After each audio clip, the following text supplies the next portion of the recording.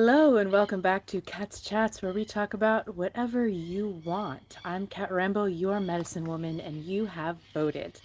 This vote was a spontaneous decision because of a request in our WhatsApp group chat, which is very exciting. Thank you very much, Bronwyn, for putting this in there. Hello from Chile to South Africa, across the world. Um, Her comment was regarding forgiveness of self without getting into too many personal details. I think we've all at some point come to this eventually in our spiritual journey, whether we're on a very spiritual path of healing or we're not. At some point, we're going to have to forgive ourselves for something. And ultimately, maybe it's for the resentments we held against others. Hi, Doug. Doug has come to join. Um, oh, sweet Barong. So, as it is spooky season, my favorite holiday, my favorite time of year, we can talk about Halloween, Samhain or Dia de los Muertos. These days have a lot of different holidays, have a different foundation, but a lot of similarity. We celebrate ancestors, spirits, and harvest, right? So this is a harvest holiday. So what's the relationship between a harvest holiday and forgiveness? Well, the harvest process is also a death process because we must take out the plants that we've been growing, the food that we've been growing. It's the second harvest season. In order to benefit from and reap the rewards of our work during the growing season. And then after that, burn off the rest of the crops. A lot of crops require being burned off in order to refertilize the field. So what's in our system that's ready to be composted so that new life can begin again? So remember, forgiveness is not about anyone else, right? So a lot of times we have this thought, well, if I could just speak to this dead person, then I could receive forgiveness. You do not receive forgiveness, although it is nice when we can. Forgiveness must come from you for you. And especially when we're talking about forgiveness for the self, this is really powerful and oftentimes the hardest thing to do. Those of us who tend to be very compassionate tend to also carry a lot of guilt, and guilt is poison. So I would like to offer you a question, a deep inquiry exercise. You can think about this now, you can think about it later. I would like to ask you, of that thing that for which you refuse to forgive yourself, that is so difficult to forgive yourself, would you do it again? If you wouldn't do it again, what you did before, then you are no longer the same person. You've you've learned the lesson, you've changed and you've evolved. You did the best you could with the resources that you had at the time. You made the best choice that you knew how to make in the moment, whether it was a good one or not a good one, whether you knew that or didn't know that in the moment. At some point, we have to realize that we're holding ourselves accountable for a person who no longer exists, the behavior of someone who's not alive anymore. Because if you're no longer that person, then that person who you were has died. But you have to wait to go inside. The dog wants to go in. So allow yourself to release the ghosts of your past, right? They're haunting you. They're made of resentment and guilt. And they haunt your temple, right? They don't just live in your mind, they live in your body. And more than that, they also continue to show up in your life because what you are carrying with you in the form of strong emotions and memories, you're going to see projected and received outside of you again and again until you face this demon, this ugly monster. And forgiveness of self is shadow work, right? Because in that process, we have to really confront the ugly and the scary monsters deep inside. And those monsters look like revenge, the need for validation, demands, and self-punishment, right? Because if we're continuing to live with guilt, which we know is poisonous, we are continuing to punish ourselves. And we often find ourselves continually in scenarios that ask us to self-harm, to punish ourselves in order to act out the punishment that we think we deserve, that we're living through because of the guilt that we carry, that it might be time to let go of. And remember, it's not really about anyone else at this point. It's about you. It's about your future. It's about your life and your body. Yes, doggo, you have to, ew, you're drooling. You have to wait a moment. So are you willing to do the scary thing, to go into your haunted house of horrors of your interior, to approach those dark aspects of yourself, to look at them, to observe them, to thank them, and to finally release those ghosts into the next life, and release yourself into your next life? into the life that you can now live, being the person that you are now, who wouldn't do again the thing that you had once done. Doggo. So I would like to, if you would join me on an exercise, a brief exercise. We all like the Ho'onopono exercise. This one is a little bit different, but with a similar concept. If you are in a place where you feel safe to do so, to close your eyes, to relax, then do it. If you're not, then just do it later. This video will be on replay. Remember to like, share, and subscribe. Do me a favor, if you're watching this content, let me know that you like it. I can't know, and I won't keep making it if you don't tell me, right? So like, subscribe, comment, the stuff that tells me that you're benefiting from this content. And I'll keep making it for you. It's for your benefit, not for mine. I already know what I know. So here's your exercise. So close your eyes and take some long, slow, deep breaths. Let your exhale be longer than your inhale.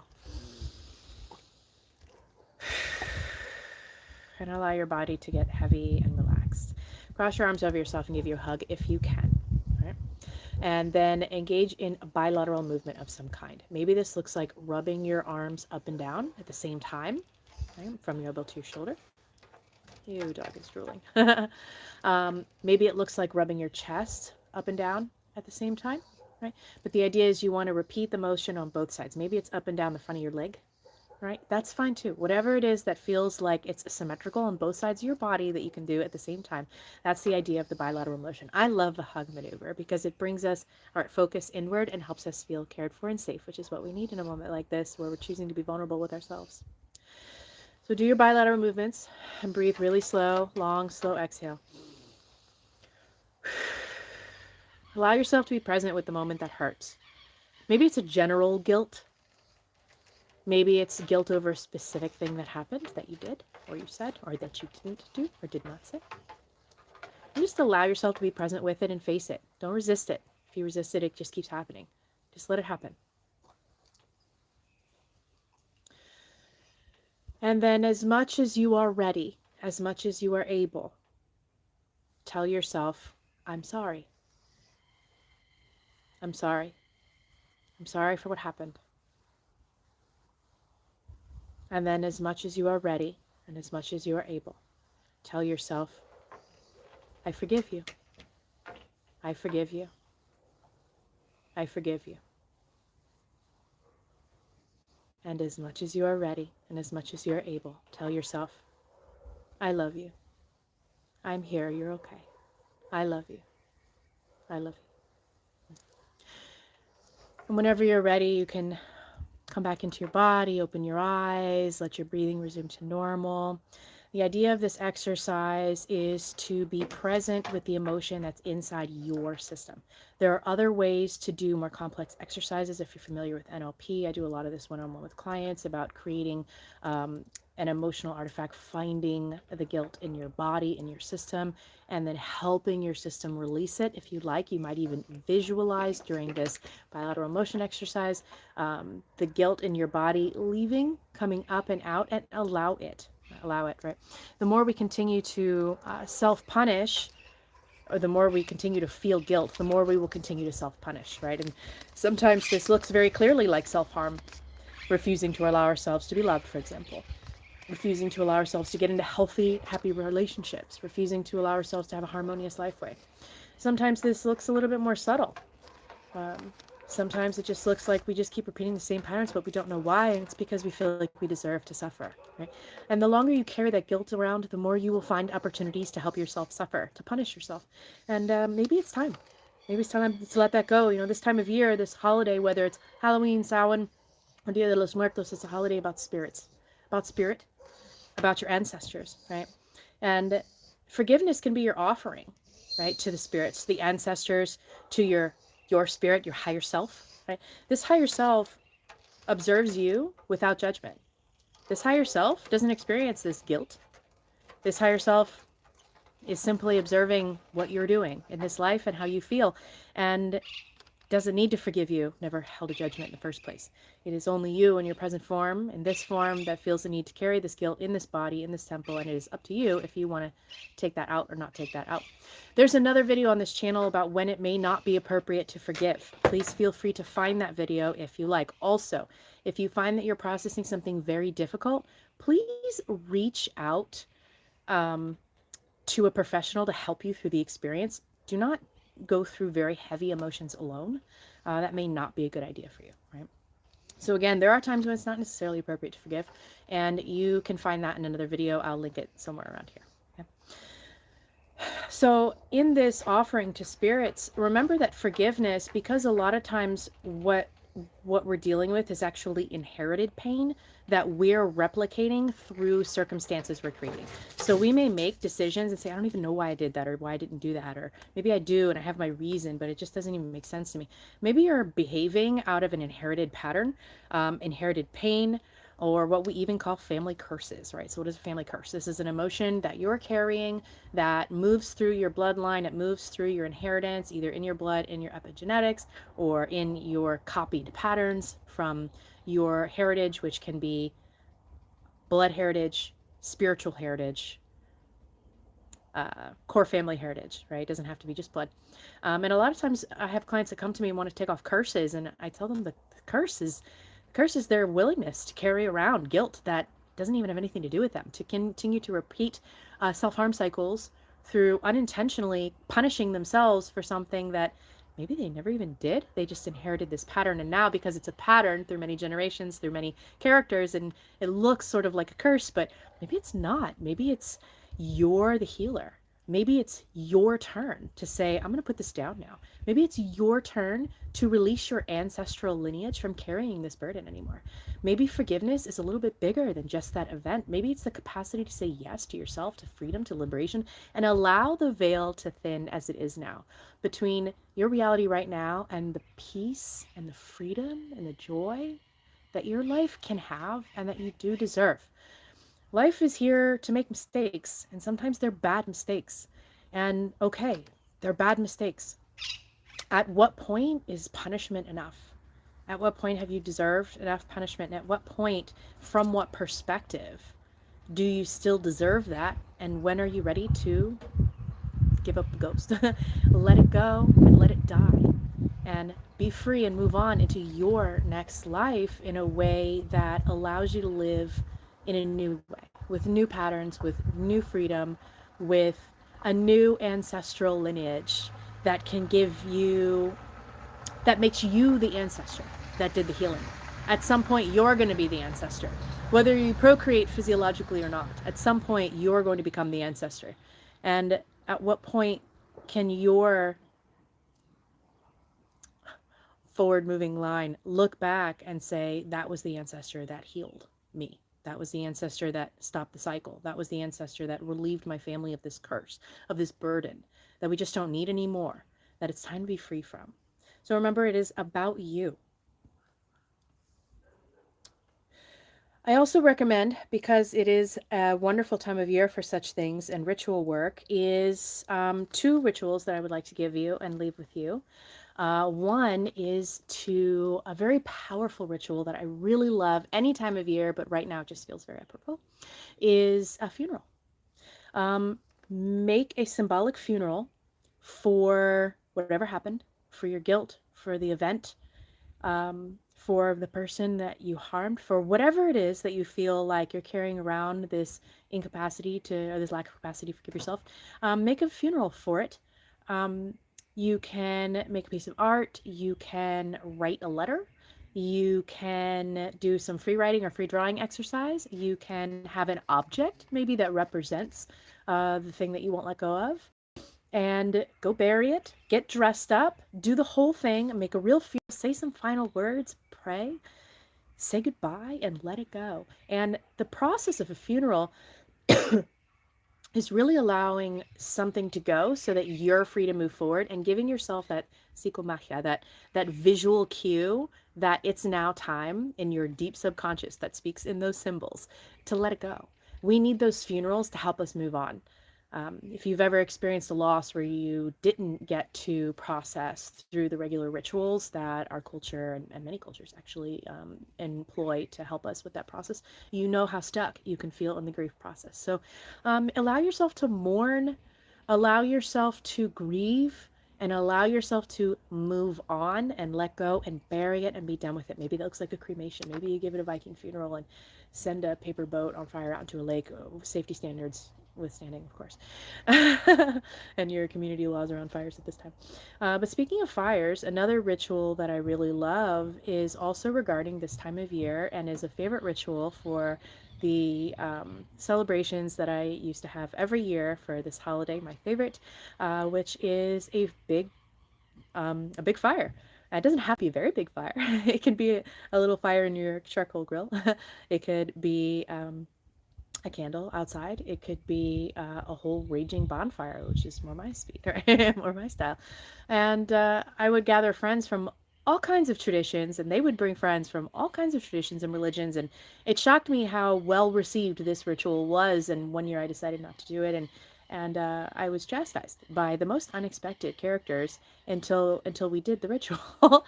And the idea is to light a fire. Remember, fire is the spirit of transformation, and fire is very powerful magic this time of year. So light the fire, give an offering to the fire if you like, if you're in the shamanic path. Uh, oh, hello, Giovanni. Nice to see you. Thank you for being here. Light a fire with your prayers, with your intention. If you're in the shamanic path, give an offering. If you're not, maybe get an offering anyway. You can leave a dish out for your ancestors. You can add corn or tobacco into the fire if you like, or other herbs, whatever feels right for you. And then write on a piece of paper what you're willing to let go of. Right? And really meditate with it, really sit with it, really contemplate it, whatever it is that feels right for you to connect with that experience that you're ready to let go of. So write it down, connect with it, be with it, feel sad, feel crappy, feel guilty, feel all the feelings. Let it happen and let them come and come out. A lot of times we get stuck with things because we haven't processed. It's time to process, all right? Let it happen. And then when you're ready, give your paper to the fire. Maybe wrap it around a little stick. Maybe it's just a little like fortune cookie style tiny slip of paper. Whatever is your speed, whatever is good for your safety standards with fires. Um, Give it to the fire and allow the fire to burn it and transform it. So the magic of fire is not destruction.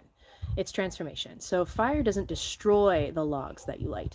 It turns them into ash, which is incredibly nutrition rich for the soil beneath. So it turns one thing into something else, something beautiful. And you can take this piece of paper and turn it into something else. Turn it into a little spark that helps you move forward and watch it be destroyed and turned into some totally different kinds of energy. Maybe a smoke that carries your prayer. Maybe finally saying goodbye and allowing space for new life to come in, right, for you. You can also, what I like to do for this ritual also is to take a second paper and write something that write something you want to welcome in now in that empty space. Right? It's empty space. When you release something, you need to put something else in it. If you're familiar with energy work practices, again, there's some forgiveness practices and energy work practices on this channel that you can check out. So I won't dive into that here in our brief little chat. But I would recommend, remember, something goes, something needs to come in, right? Nature pours a vacuum. So put something there in that space.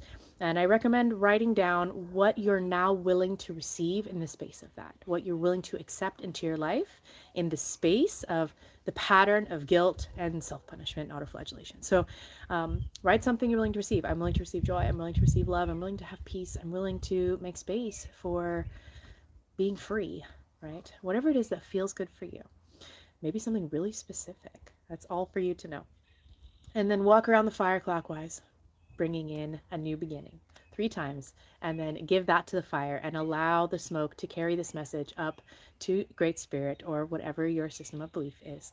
The smoke in traditional indigenous mythologies is always going to be a prayer, right? So the smoke goes up and carries your message with it and helps the universe to conspire in your favor to bring this new blessing in the space of forgiveness. And remember, in all great wisdom traditions that I've ever studied, if there is one that doesn't say this, please send it to me. I would love to know more. Forgiveness is divine. Forgiveness is a divine act. Forgiveness is a holy act. Forgiveness is a sacred act, and it is a gift you give to yourself. And if it is not enough to give this gift to yourself, it is a gift that you give to your body. It is a gift that you give to your peace of mind. It is a gift that you give to your emotional well-being. It's a gift you give to life itself to stop having to show up for you in ways that is hurtful. And it is a gift to your spirit, and it's a gift to your ancestors. It's a gift to your spirit to acknowledge that higher perspective of not judgment. And it is a gift to your ancestors to finally release what it is that you've been carrying, because it echoes through your whole line. And now maybe is the time that we're actively participating in thoughts and rituals and processes regarding our ancestors, to acknowledge them in our line, in our lineage, whether they be blood or spiritual or other, and give them the gift of freedom. If it's not just for you, then it's for others, and for the people around you who don't have to continue to watch you suffer because you refuse to stop suffering. I hope that this themed approach to forgiveness lands for you. I hope that this holiday becomes a little bit deeper and richer for you. And I hope that you find, while we're celebrating death and the transition of new life, I hope that you are celebrating let die, a piece of you that you no longer need, that you can set down and stop carrying, and lighten your emotional baggage, your grief case a little bit, and allow life to show up for you in a way that is a little bit sweeter, right? A little bit sweeter. Um,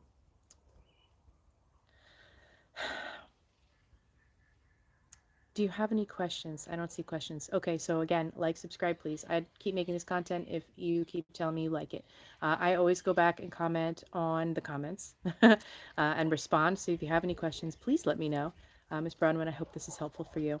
Again, if you are struggling with very heavy emotions through this process, then definitely find some support, whether it's a trusted friend or other ally who you know is going to be present with you in a positive, constructive, non-judgmental way, supportive way, or a professional guide is also really positive for this. There are so many wonderful forgiveness exercises that you can do to help yourself process the emotions out of your body, that I absolutely can recommend, either remotely or, on the phone or in video or in person, everything from NLP to shamanic work. There's all kinds of things that can be useful for this process to help move it along, because sometimes we get stuck and we just need something to do to help us make it happen, because forgiving the self is always the hardest part. And if we can really confront that ugly monster in the shadows of our being at this time of year, then by the time we move through the hibernation of winter and our integration period, and then the new spring comes, we will come also with the blossoming of new life from the fertile soil of the burnt ashes of what it is we're ready to compost now. I hope that this finds you well, and I hope this is helpful for you. And if you do need extra help, please do reach me. I'm available for some sessions. I only have a couple spaces, but I have a couple of openings for my 10-week program as well, but like two, right? Two, because I like to be really full on with whomever that I'm with, so I don't take a lot of clients at one time. But I do have a couple openings, so send me a message if it's something that is interesting to you. Also available right now during the month of October, any service that you order, whether that is just a consultation or it's a teaching of some kind or a class, whatever you're into, comes with a free reading to celebrate the month of spooky season and spirits and the ancestors. Let's see what they have to say for you. And so that's a gift that I'm throwing in for any service that you contract with me during the month of October. So, and you don't have to do the service during October. You just have to order the service during October. So it's okay if you're not ready to do it right now. If you order it right now, it still counts. um, yes, like, subscribe, comment, please. And happy Halloween, blessed Samhain, Feliz de los Muertos. I hope that you're celebrating in a way that brings you peace. And remember that death is not about an ending. It's about a transition, a new beginning, but only if you make space for it. So I hope you do. And again, there are other videos here. Sometimes it's not appropriate to forgive. Don't force yourself to forgive if you're not ready. Um, I'll post a link to that other video here. But if you do feel like you are ready and you're stuck, and this exercise isn't enough to push you over the edge, reach out to me. I would love to help walk you through another series of much deeper exercises that are more appropriately done one-on-one than in a video live. And I hope that you're enjoying the holiday spooky season, and I'll see you soon. Bye. Oh, how do we leave? There we go.